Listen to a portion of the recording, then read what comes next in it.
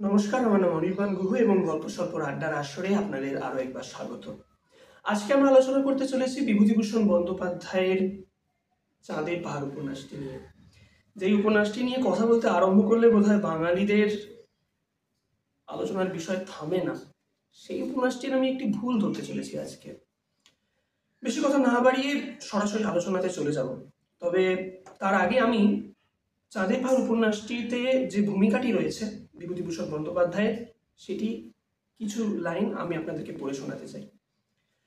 চাঁদের পাহাড় কোনো ইংরেজি উপন্যাসের অনুবাদ নয় বা ওই শ্রেণীর কোনো বিদেশি গল্পের ছায়া অবলম্বনে লিখিত নয়। এই বইয়ের গল্প ও চরিত্র আমার কল্পনা প্রসূত। তবে আফ্রিকার বিভিন্ন অঞ্চলের ভৌগোলিক সংস্থান ও প্রাকৃতিক দৃশ্যের বর্ণনাকে প্রকৃত অবস্থার অনুযায়ী করবার জন্য আমি স্যার H.H. জনস্টন, রোসিটা ফর্বস প্রভৃতি কয়েকজন বিখ্যাত ভ্রমণকারী গ্রন্থের সাহায্য গ্রহণ করেছি এবং এই কথাগুলি আজকে আমাদের যে আলোচনা তা বলতে গেলে ভিত।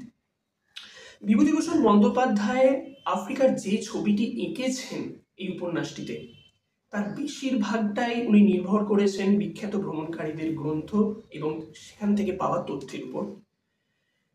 এবং যে ভুলটি আমি ধরতে চলেছি সেটিকে ঠিক ভুল বলা চলে না, কারণ সেই ভুলটির দায় পুরোপুরি বিভূতিভূষণ বন্দ্যোপাধ্যায়ের নয়, বরং সমসাময়িক বৈজ্ঞানিকদের উপর, যারা তখনও সেই বিষয়টি নিয়ে গবেষণা চালিয়ে যাচ্ছিলেন। আমি চলে যাব সরাসরি পরিচ্ছেদ 8-এ এবং যে ঘটনাটিকে নিয়ে আজকের এই আলোচনা, সেই ঘটনাটি কিন্তু চাঁদের পাহাড় কাহিনীর একটি অপরিহার্য অঙ্গ। তাই যারা যারা চাঁদের পাহাড় উপন্যাসটি পড়েনি তাদের জন্য আমি বলতে চাই যে তারা আগে উপন্যাসটি পড়ে নিয়ে যেন এই আলোচনাটি শুনতে আসে, নয়তো ঘটনাক্রমের একটি খুব বড় অংশ না হলেও একটি খুব উল্লেখযোগ্য অংশ কিন্তু আমি আলোচনা করতে চলেছি। পরিচ্ছেদ 8-এ আমরা মূলত যে ঘটনাটির সাক্ষী হই সেটি হচ্ছে একটি আগ্নেয়গিরির অগ্নুৎপাত। যে আগ্নেয়গিরির নাম পরে শঙ্কর রাখে মাউন্ট আলভারেজ, দিয়েগো আলভারেজের নামে। সেদিন রাতে তারা দুজনেই নিজেদের তাঁবুতে ঘুমোচ্ছিল এবং হঠাৎ একটি প্রকাণ্ড একটি আওয়াজে, একটি ভূমিকম্পে তাদের ঘুমটি ভেঙে যায়। তারা বাইরে বেরিয়ে এসে দেখে যে শয়ে শয়ে জন্তু জানোয়ার তাদের তাঁবুর পাশ দিয়ে ছুটে চলে যাচ্ছে। তারা এতই অভিভূত হয়ে পড়ে যে তারা হাতের কাছে পেয়েও শিকার করতে ভুলে যায়, বন্দুকের নল সেই জন্তু জানোয়ারদের দিকে তাক করতে ভুলে যায়।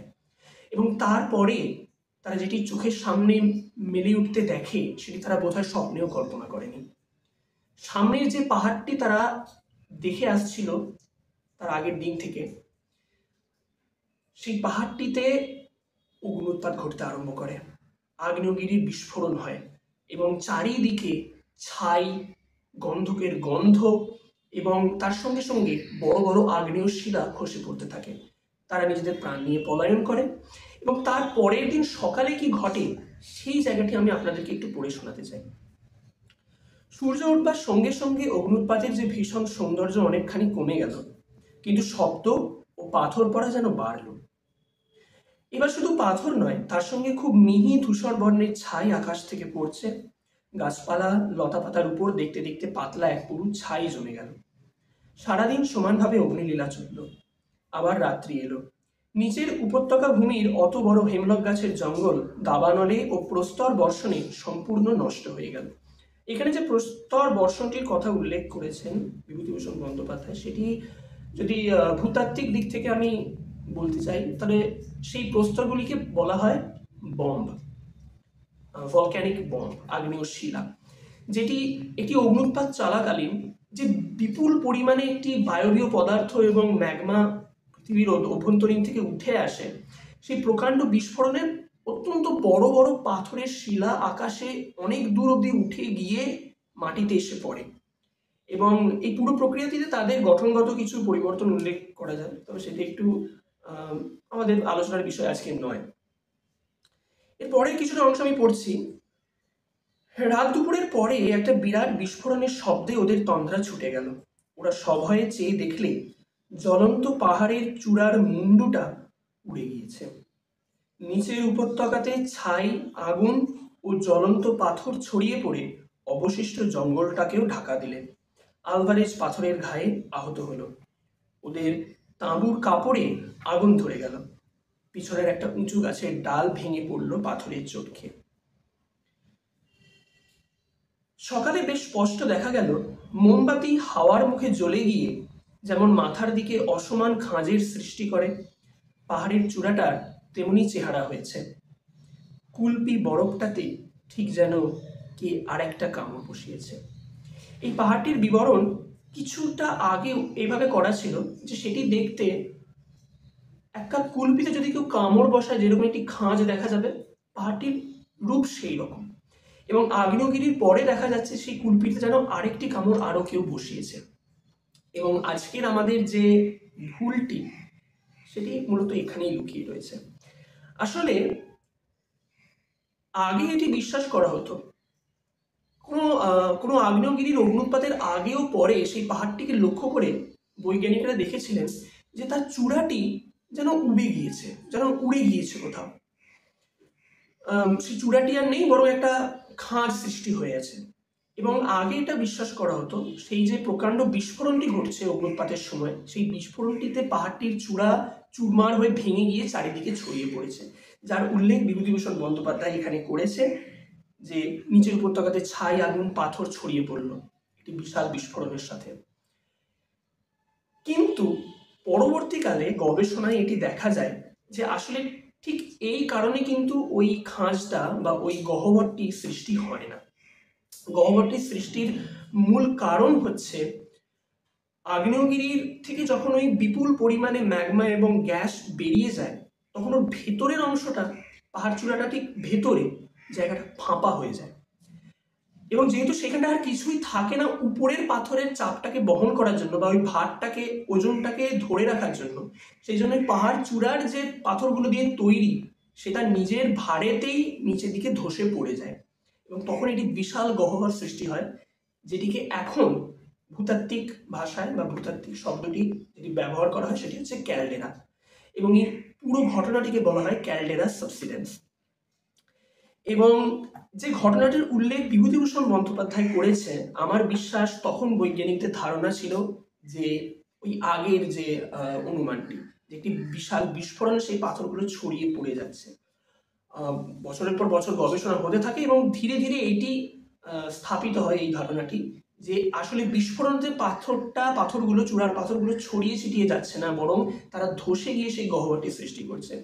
সেই গহ্বরটিতে পরবর্তীকালে একটি হ্রদেরও জন্ম হতে পারে।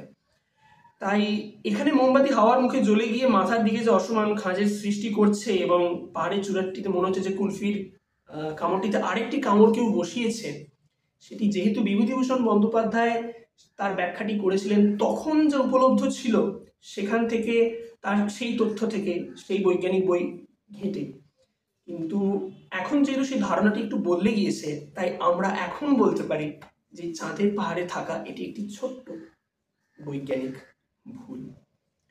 তবে আমি আরো একবার আপনাদের সকলকে এটা বলতে চাই যে চাঁদের পাহাড় বা বিভূতিভূষণ বন্দ্যোপাধ্যায় কাউকেই ছোট করা বা অসম্মান করা বা অশ্রদ্ধা করা এই ভিডিওটির উদ্দেশ্য নয়। আমি তো ব্যক্তিগতভাবে এটি বিশ্বাস করি যে চাঁদের পাহাড় না পড়ে, চাঁদের পাহাড় বেয়ে না উঠে বাঙালি কৈশোরে পৌঁছানো যায় না। যে বাঙালি কিশোর চাঁদের পাহাড় না পড়েছে, সেই কৈশোরের, বাঙালি কৈশোরের যে অনুভূতি, যে আবেগ, সেটি থেকে বঞ্চিত থেকেছে। এবং তাই যারা যারা কিশোর, যারা যারা আপনারা দেখছেন, তোমরা দেখছো, তাদের জন্য আমি বলবো যে তোমরা চাঁদের পাহাড় বইটি আরো একবার পড়ো, বারবার পড়ো, সারা জীবন পড়ো। কারণ এই বইটি এমন একটি বই যেটি আমাদের মধ্যে অ্যাডভেঞ্চারের নেশাটি, অজানাকে জানার যে রোমাঞ্চটি, সেটি আমাদের মনে তার বীজটি বপন করতে পেরেছে। এবং তাই চাঁদের পাহাড় একটি কালজয়ী ক্লাসিক। এবং চাঁদের পাহাড়ের যে ভুলটি নিয়ে আলোচনা করা গেল সেটি আবিষ্কারও আমি করলাম কিছুদিন আগে আমার বোনকে এই বইটি পড়ে শোনানোর সময়। তাই যদিও এটি ঠিক ভুল বলা চলে না, তা তবুও কেবলমাত্র আলোচনার খাতিরেই আজকের এই পর্বটি করা এবং এই আলোচনাটি আনা, উপস্থাপন করা। আশা করি এই আলোচনাটি আপনাদেরকে একটু ভাবিয়েছে, এবং আপনাদের একটু হলেও ভালো লেগেছে। আজকের জন্য এতটুকুই। আপনারা সকলে ভালো থাকবেন। ধন্যবাদ।